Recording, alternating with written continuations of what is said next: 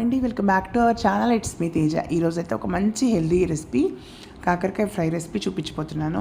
దీనికోసం అని చెప్పి నేను ఒక పెద్ద పెద్ద కాకరకాయలు ఒక 2 తీసుకుని పైనంతా స్కిన్ అంతా చక్కగా క్లీన్ చేసేసుకుని లోపల గింజలు తీసేసి సన్న చక్కెరలా కట్ చేసేసుకుని ఉప్పు పసుపు వేసేసుకుని పక్కన పెట్టుకున్నాను అనమాట. ఒక హాఫ్ అన్ అవర్ పక్కన పెట్టుకుంటే మనకి చక్క ముక్కలు నానతాయి అనమాట. ఇప్పుడు బాండీలో ఒక చిన్న పొడి తయారు చేసుకుందాము. దానికి 1 టేబుల్ స్పూను నువ్వులు, ఒక 4 వేరుశనగ గుళ్ళు, ఒక అంగుళం ఎండు కొబ్బరి, ఒకే ఒక వెల్లుల్లిపాయ రెబ్బ తీసేసుకుని కొంచెం జీలకర్ర యాడ్ చేసేసుకుని చక్కగా ఫ్రై చేసుకోవాలండి.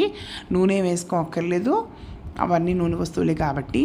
ఇప్పుడు అదే బాండీలో ఒక 2 టేబుల్ స్పూన్స్ ఆయిల్ వేసేసుకున్న తర్వాత దాంట్లో ఒక 5 వెల్లుల్లిపాయ రెప్పలు సన్నగా కట్ చేసేసుకుని కొంచెం వేసేసి చక్కగా ఒక 2 నిమిషాలు వేయించండి.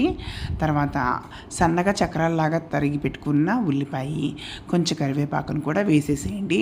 ఈలోగా మనం నానబెట్టుకున్న కాకరకాయ ఏదైతే ఉందో దాన్ని చక్కగా పిండేసుకున్నాం అనుకోండి చేత్తో, దాంట్లో ఉన్న పసరంతా వచ్చేస్తుంది అనమాట. సో చేదు ఇష్టం లేని వాళ్ళకి ఈ రెసిపీ చాలా బాగుంటుంది.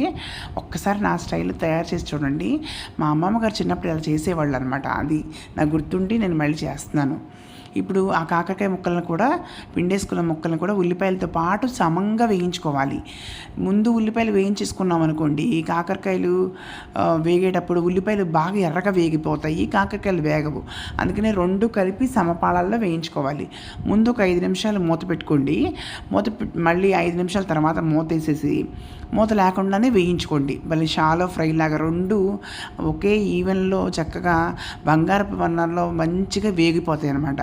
ఈ టైంలో ముందు మనం ఒక మసాలా తయారు చేసుకున్నాం కదా పొడి, ఆ పొడి కూడా వేసేసుకున్న తర్వాత దీనికి సరిపడిన కారం కూడా యాడ్ చేసుకోండి.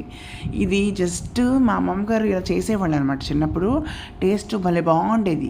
అసలు కాకరకాయ తినేదాన్ని కాదు నేను ఫస్ట్లో, కానీ ఇలా చేసి పెడితే మాత్రం అసలు మొత్తం కూర అంతా లాగించేసేదాన్ని. అంత టేస్ట్ ఉంటుంది. నిజంగా నమ్మండి, ట్రై చేయండి ఒకసారి. సో ఇప్పుడైతే కారం కూడా వేసేసుకున్నాక చక్కగా కాకరకాయ రెడీ అయిపోయింది. సో పప్పుచారు అన్నానికి కానీ, సాంబార్కి కానీ, మజ్జిగ పులుసు కానీ భలే టేస్ట్గా ఉంటుందండి. కాంబినేషన్ అదిరిపోతుంది. ట్రై చేయండి. Thank you so much for watching my videos అండి. Please subscribe my channel.